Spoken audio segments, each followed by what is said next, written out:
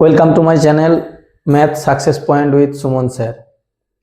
প্রিয় শিক্ষার্থীরা, গত ভিডিওতে আমি তোমাদের বীজগণিত কিভাবে শেখা শুরু করবে তার ধারণা দিয়েছিলাম। তার ধারণা কি? চলরাশি, ধ্রুবরাশি, বীজগণিতিক সংখ্যামালার সংখ্যায় লেখো, ভাষায় লেখো, এই সম্পর্কিত ভিডিও দিয়েছিলাম।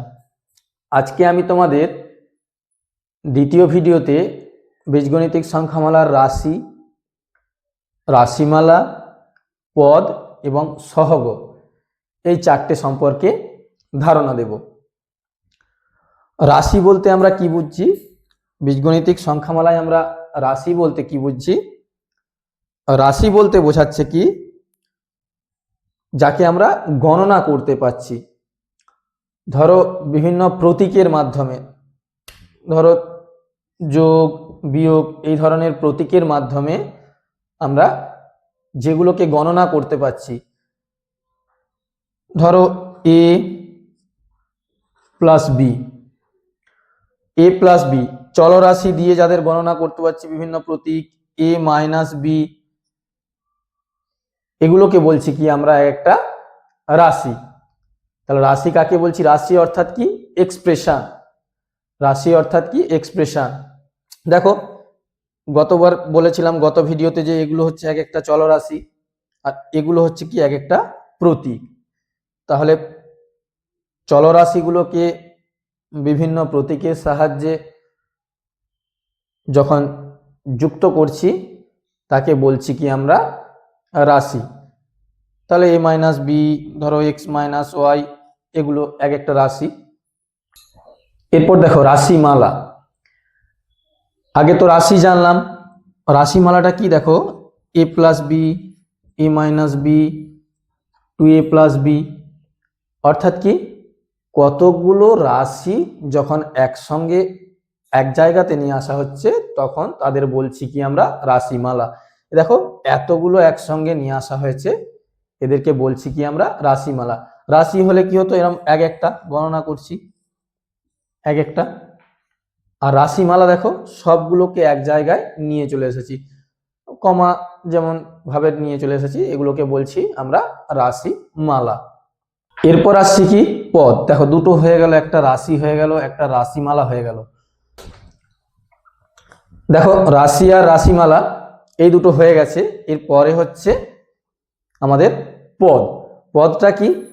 বীজগাণিতিক যে রাশি, ধরো এই যে এ প্লাস বি একটা রাশি, এই রাশিকে যখন বিভিন্ন চিহ্ন যোগ বা বিয়োগ এই চিহ্নের মাধ্যমে যখন আমরা পৃথক করছি, দেখো এখানে যোগ আছে, এই দিকে একটা অংশ, এদিকে একটা অংশ, দুটো অংশ হয়ে গেল, অর্থাৎ পৃথক করছি দুটো। এই যে পৃথক করছি, এই একটা পদ, এই একটা পদ। তাহলে পদটা কি হচ্ছে? যে বীজগাণিতিক রাশিকে যখন যোগ বা বিয়োগ চিহ্নের সাহায্যে পৃথক করা হয় তখন তাকে আমরা বলছি কি পদ। দেখো এই যে রাশিটা রয়েছে, এই রাশির মধ্যে কতগুলো পদ রয়েছে? এ একটা পদ, বি একটা পদ। ধরো আবার যদি এ প্লাস বি প্লাস সি দিয়ে দেওয়া হয়, কতগুলো পদ হয়ে যাচ্ছে? এই এ একটা পদ, বি একটা পদ, সি একটা পদ, তিনটি পদ হয়ে যাচ্ছে। এরপর আসছি কি সহগ। তাহলে রাশি হয়ে গেল, রাশিমালা হয়ে গেল, পদ হয়ে গেল। এরপর আসছি কি সহগ। সহগ কি বলছি?